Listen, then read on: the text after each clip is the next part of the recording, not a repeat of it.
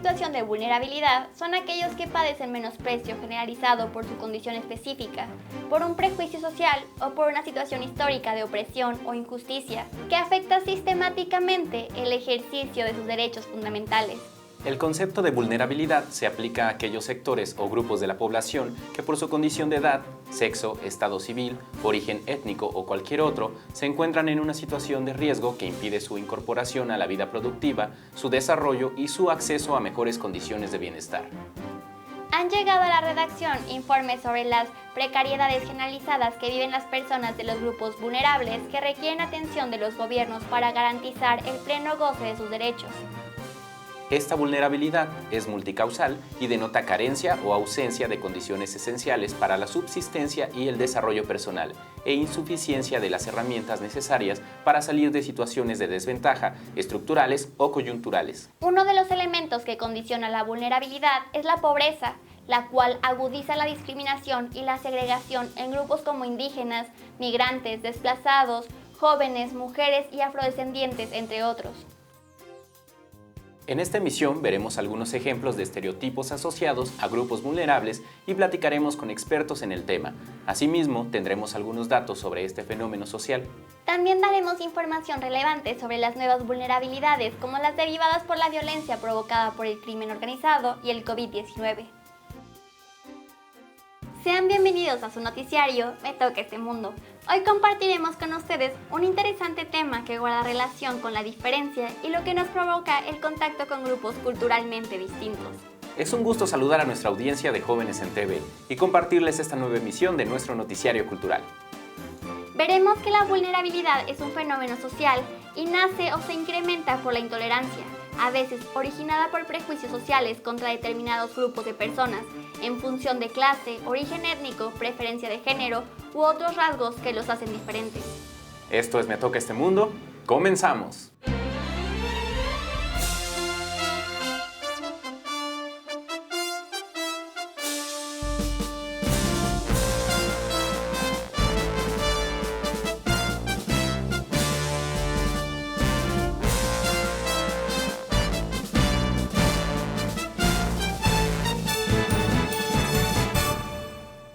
Ha llegado a la redacción información del INEGI que explica que la vulnerabilidad incapacita a las personas, grupos o comunidades para aprovechar las oportunidades en los distintos ámbitos socioeconómicos para mejorar sus situaciones de bienestar o impedir su deterioro. La vulnerabilidad también guarda relación con otros fenómenos sociales, por ejemplo, el debilitamiento de instituciones estatales que dejan fuera de la seguridad social a grupos que enfrentan situaciones de riesgo y no pueden ejercer su derecho a salud. En cada sociedad, identifican grupos vulnerados por sus características culturales, es decir, por su vestimenta, color de piel y rasgos físicos, entre otros. Estos factores les impiden o limitan su incorporación a sociedades más amplias, en condiciones de igualdad, y también reduce su acceso a mejores condiciones de bienestar. Algunos de estos grupos son refugiados, migrantes, desplazados o perseguidos, las niñas, niños y jóvenes en situación de calle, las personas con discapacidad, los adultos mayores y la población indígena. Ahora vamos con Kevin, que nos prepara una cápsula.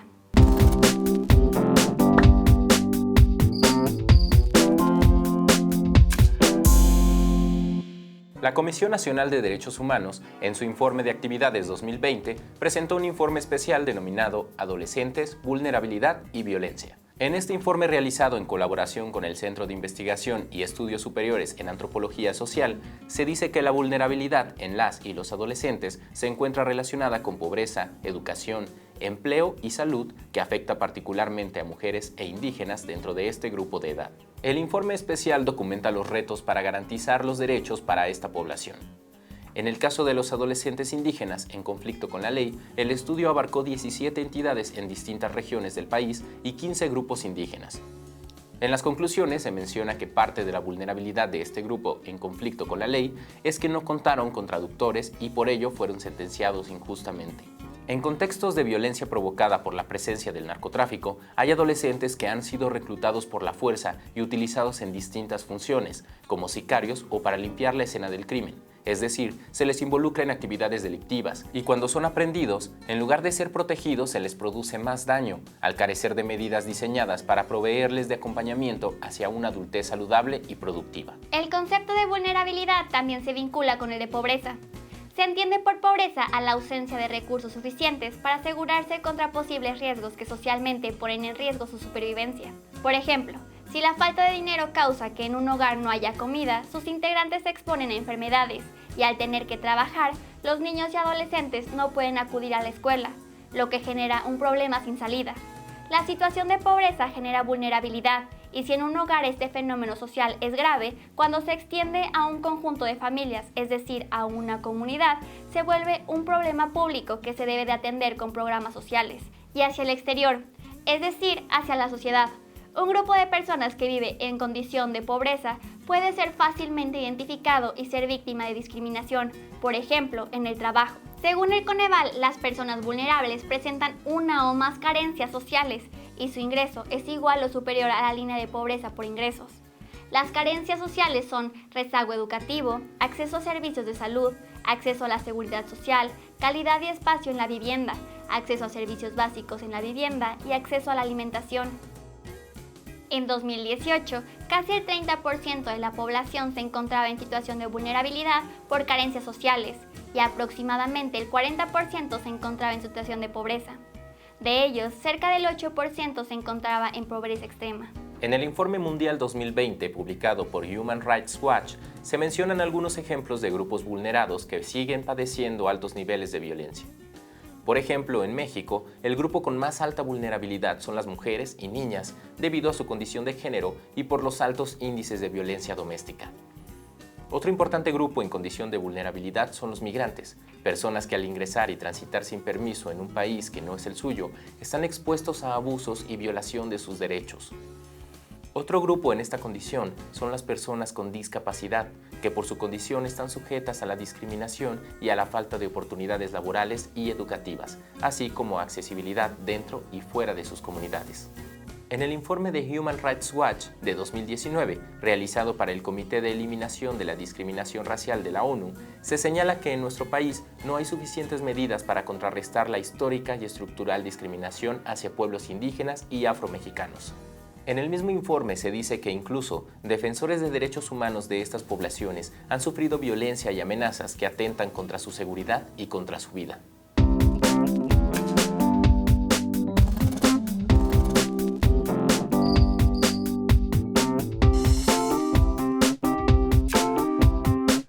El día de hoy nos acompaña Paolo César Flores Mancilla, abogado, economista y maestro en políticas públicas, director general adjunto de quejas del Consejo Nacional para Prevenir la Discriminación CONAPRED. Para comenzar, nos gustaría que nos platiques un poco, desde un punto de vista social, cómo podemos entender la situación de vulnerabilidad. Con todo gusto, la situación de vulnerabilidad es una situación estructural que puede ser temporal o permanente. No es inherente a las personas o a grupo de personas, sino que responde a situaciones más de tipo estructural, sociales o económicas, que ponen a las personas o a ciertos grupos en una situación delicada. Esto es, en riesgo respecto a su dignidad, respecto a su vida y respecto al ejercicio de algunos derechos. Puedo poner algún ejemplo. Nosotros estamos habitando una casa y un sismo hace que la casa se caiga. Pues ahí ya nos encontramos, es una situación que cualquiera de nosotros puede vivir, una situación de vulnerabilidad, en donde hemos perdido una casa, hemos perdido objetos personales, hemos perdido documentación, cosas que para nosotros es valiosas, no solo materiales, sino también inmateriales, y nos vemos obligados a buscar un refugio, a tener un apoyo social, comunitario o de gobierno que nos permita tener un lugar temporal de refugio. Ese momento temporal nos coloca a nosotros y a nuestra familia en una situación de vulnerabilidad. ¿Nos podrías platicar cómo se relacionan vulnerabilidad y discriminación? Hay una gran relación. A pesar de que son conceptos muy diferentes, se relacionan. Y voy a tratar de explicarlo. Mientras la situación de vulnerabilidad es una situación temporal o permanente que tiene que ver con cuestiones estructurales, sociales, económicas o incluso puede haber también factores culturales, la discriminación es algo totalmente diferente. Siendo una persona con discapacidad, los espacios públicos no tienen los ajustes, las rampas, la señalización necesaria para que yo como persona con discapacidad pueda acceder de manera autónoma y tener garantizada mi movilidad en ese espacio público. Discriminación es cuando tengo una orientación sexual que no es heteronormativa, soy gay, soy lesbiana, soy bisexual, soy una persona trans y por esa circunstancia me discriminan, me señalan, se burlan o no tengo acceso a un trabajo. Paolo, desde una perspectiva social, ¿podría abordarse la vulnerabilidad en grupos, por ejemplo, indígenas? Sí, y no solo. O sea, por supuesto que tenemos que tener este enfoque, pero sí quiero poner énfasis en ello. El hecho de pertenecer a un grupo históricamente discriminado no necesariamente te coloca en automático en una situación de vulnerabilidad. A las personas con discapacidad, a las personas mayores, a niñas, niños y adolescentes, a mujeres que son la mayoría de la población y que muchas veces subsisten programas sociales que no tienen ese enfoque de género. Por eso es que es tan importante también tener el enfoque de género y otras perspectivas de la diversidad sexual, de las poblaciones migrantes. Es importantísimo tener esta perspectiva. A veces cuando se diseñan políticas públicas, uno cree que tienen frente a un ciudadano estándar y no es cierto. Hay que conocer las realidades de las diversidades que integran a una sociedad para tener políticas públicas integrales. De otra manera, son políticas muy limitadas. Por ejemplo, en México, ¿qué impactos tiene la vulnerabilidad en la vida social? ¿Podrías mencionarnos los impactos económicos en la vida política y de representación y en la legislación? Tenemos un gran reto como sociedad, un gran reto como autoridades, un gran reto institucional para que los programas sociales que garantizan derechos sociales a las personas, educación, trabajo, salud, seguridad social, cultura, recreación, deporte, tengan un enfoque en donde se consideren a los grupos históricamente discriminados y también las situaciones de vulnerabilidad que en los hechos son barreras de acceso para tener plenos estos derechos. Desde las políticas públicas, ¿cómo pueden atender a los grupos en situación de vulnerabilidad? En primer lugar, yo diría que integrando un enfoque de derechos humanos. Cuando se analiza un tema de política pública, no está presente el enfoque de derechos humanos y eso es básico. Cuando se analiza un problema público, se le analiza desde el punto de vista de gestión, normativo, financiero, económico, hasta posibles impactos políticos, pero el enfoque cultural, el enfoque de derechos humanos o el enfoque a veces social en general, y eso dará una mayor integridad a políticas públicas que sean exitosas, eficientes y que cuenten con legitimidad y con apoyo social. ¿Podrías mencionarnos algunos ejemplos de programas sociales integrales que atiendan a grupos en situación de vulnerabilidad? Bueno, creo que hoy contamos con varios programas sociales que buscan atender problemáticas muy específicas para grupos históricamente discriminados y también para aminorar esta situación de vulnerabilidad. Pienso, por ejemplo, para las materias que nos ocupamos en CONAPRED, en los apoyos que hoy tienen las personas con discapacidad. Era un apoyo que no existía. Por supuesto, la asistencia de parte del Estado no puede reducirse solo a un apoyo de tipo económico, sino que tiene que acompañarse con un conjunto de acciones y de políticas que garanticen otros derechos, la educación inclusiva, la atención a la salud, los espacios públicos que tengan características de acceso, de ajustes y de movilidad universal. Todo ello es muy importante. También las comunidades agrarias, varias de ellas nuestras comunidades indígenas, pues son comunidades que hoy tienen programas de apoyos a través de la reconversión de cultivos, en fin, creo que es una serie de programas que se están implementando, que no existían en el pasado, que por supuesto habría que evaluar con mucho detalle cuáles han sido sus beneficios, pero que han puesto la atención en grupos en donde históricamente no se había puesto atención, y creo que esto es un avance pues muy importante. De igual manera, desde estas mismas políticas sociales, ¿cómo recomendarías que se puedan atender las interseccionalidades de grupos en situación de vulnerabilidad? La interseccionalidad es un concepto fundamental que hay que tener presente. Es muy importante que se señale.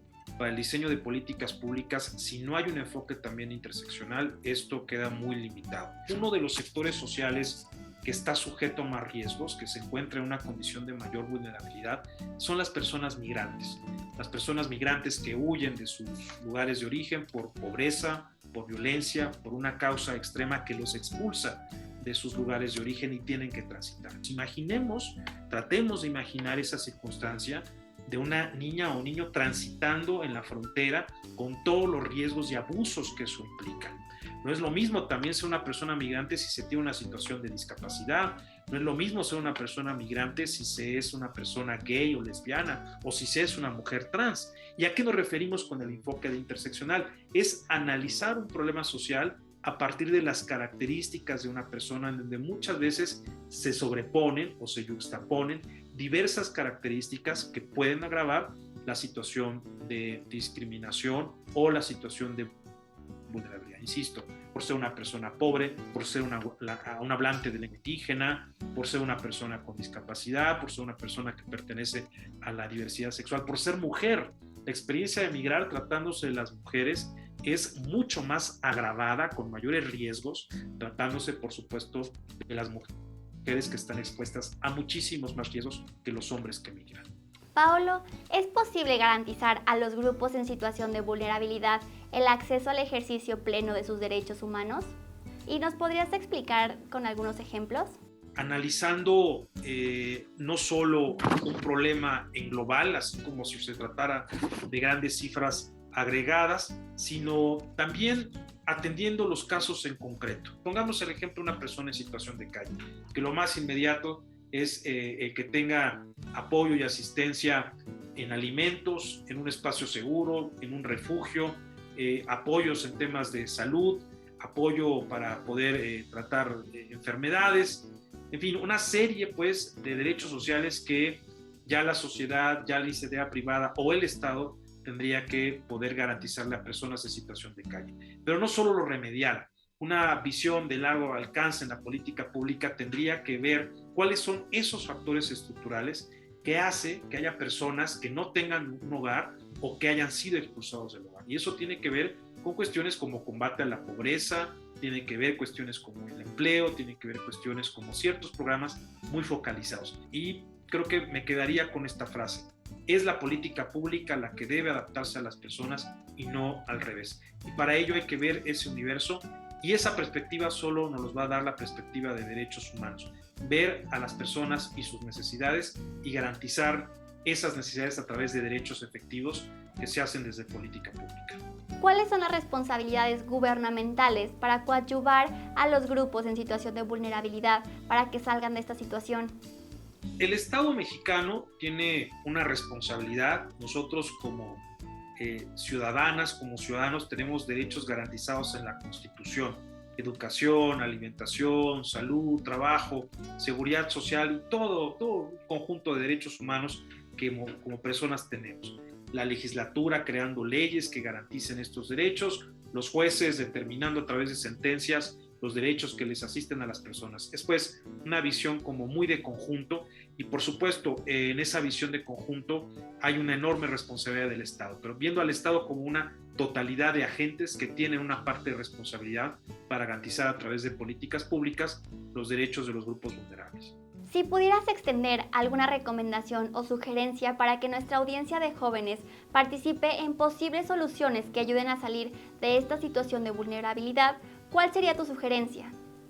Recomendación modestamente que me atrevo a sugerir es empezar a cambiar nuestro entorno. Ciertamente a veces como personas, siendo una persona joven en la escuela, pues a lo mejor mi nivel de influencia social pues es muy limitado, ¿verdad? A nosotros no nos corresponde, no somos ni gobierno, no somos ni legisladores para crear leyes y políticas públicas, pero yo como persona, como individuo, siendo un joven o una joven, puedo empezar a cambiar mi entorno, y eso es lo más importante, empezar a cambiar mi entorno. Como lo decíamos, evitar actos de discriminación, de burla, de señalización, de estigma en contra de estos grupos, mostrarme solidario, ponerme en el lugar de otros. En muchas ocasiones estos casos no nos son ajenos, pueden ser cercanos, puede tratarse de un familiar, de un compañero, de un conocido, de una vecina, de un vecino. Entonces, ser solidarios, ser conscientes, ponernos en el lugar del otro, empezar a evitar actos antisociales que denigran a las personas que se encuentran en situación de vulnerabilidad y ver la manera de colaborar con ello. Cuando empezamos a cambiar el entorno, aunque puede parecer una medida muy limitada, cuando esta posibilidad se multiplica por 1,000, por 1,000,000, por 10 millones, por 100 millones, pues empezamos a dar los primeros pasos para una transformación social que garantice pues una vida digna a estos grupos discriminados o en situación de vulnerabilidad. Paolo, muchas gracias por acompañarnos el día de hoy en este noticiero y darnos esta entrevista. Hasta la próxima.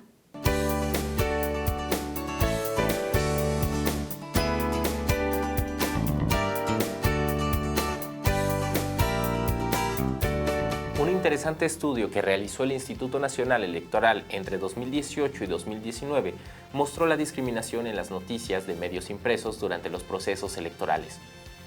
Dentro de los resultados destacan las referencias discriminatorias por estereotipos publicados en el universo de estudio. Las personas indígenas, seguidas de personas jóvenes, LGBTTIQ+, personas con discapacidad y adultos mayores, fueron los grupos con mayor número de referencias mediante estereotipos.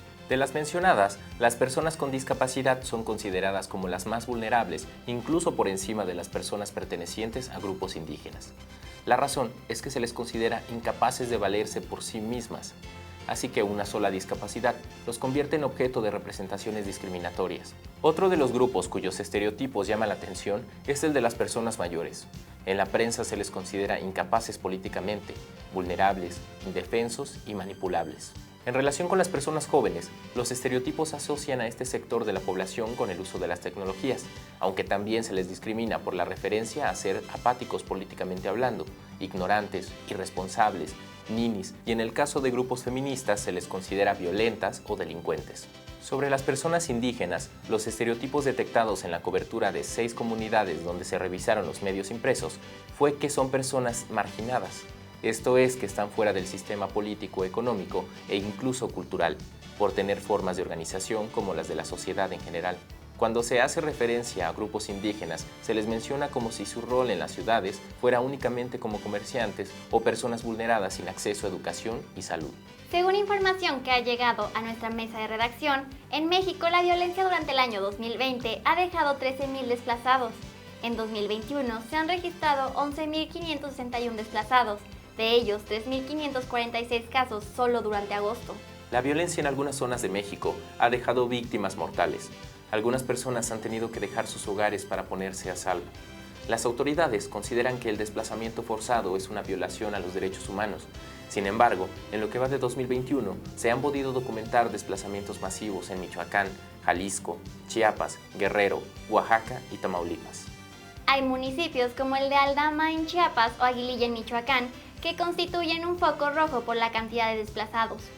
En Aldama, por ejemplo, casi un tercio de la población está en situación de desplazamiento por constantes ataques de los grupos paramilitares. En Chihuahua, durante 2021 se registraron 2 episodios de desplazamiento. Uno fue en el municipio de Valle de Zaragoza, donde 50 familias huyeron de su localidad. En Zacatecas, en los últimos meses, alrededor de 90 familias del municipio de Jerez fueron obligadas a huir del crimen organizado y por la ola de secuestros registrados en esta comunidad. A pesar de que las autoridades han aceptado la existencia de este fenómeno, no existe un marco legal y políticas públicas destinadas a darle solución. En México, la sociedad civil organizada, llamadas ONG, ha apoyado acciones políticas contra la pobreza para coadyuvar en la solución de esta compleja problemática. Las ONG surgieron ante la crisis de los años 80, cuando surge la política social para atender problemas en los hogares que se vieron fuertemente afectados por la situación económica y fueron empujadas a la pobreza. La sociedad mexicana se caracteriza por ser solidaria, sobre todo por la ayuda que brinda cuando hay fenómenos naturales que afectan a la población y particularmente a grupos vulnerables. Un ejemplo de la organización social para el apoyo de las personas vulnerables son los jóvenes que forman parte de Médicos Sin Fronteras, una organización internacional que ha apoyado durante la pandemia prestando atención médica a la población migrante en el tránsito en México. También es conocido el apoyo de las personas que voluntariamente salen de sus hogares con comida y otros víveres que regalan a las personas migrantes, que viajan en el tren llamado La Bestia y en las caravanas migrantes. En el ámbito del derecho a la alimentación para grupos vulnerables, tenemos también iniciativas contra el hambre como Proyecto México, integrado por organizaciones como CAIDMEX, Coalición de Organizaciones Nacionales e Internacionales. Lo importante de conocer estas iniciativas es tomar acciones desde nuestro espacio y de acuerdo con nuestras posibilidades, para colaborar en la atención a esta problemática. Cierto, Ainda. Por eso vale la pena dejar una pregunta para la reflexión en nuestro auditorio. ¿Qué podríamos hacer los jóvenes para transformar la realidad de estos grupos? Como hemos podido ver en este noticiario, la vulnerabilidad provoca discriminación y trato diferenciado por prejuicios. Cuando las diferencias o vulnerabilidades son visibles, la discriminación en el trato se puede agravar. Esperamos que hayan aprendido como nosotros en esta emisión. Agradecemos su compañía en Me Toca Este Mundo y los esperamos en la próxima emisión. Y recuerden seguirnos y etiquetarnos con sus redes sociales con el hashtag Este Mundo Me Toca y compartir con nosotros sus experiencias, comentarios y sugerencias.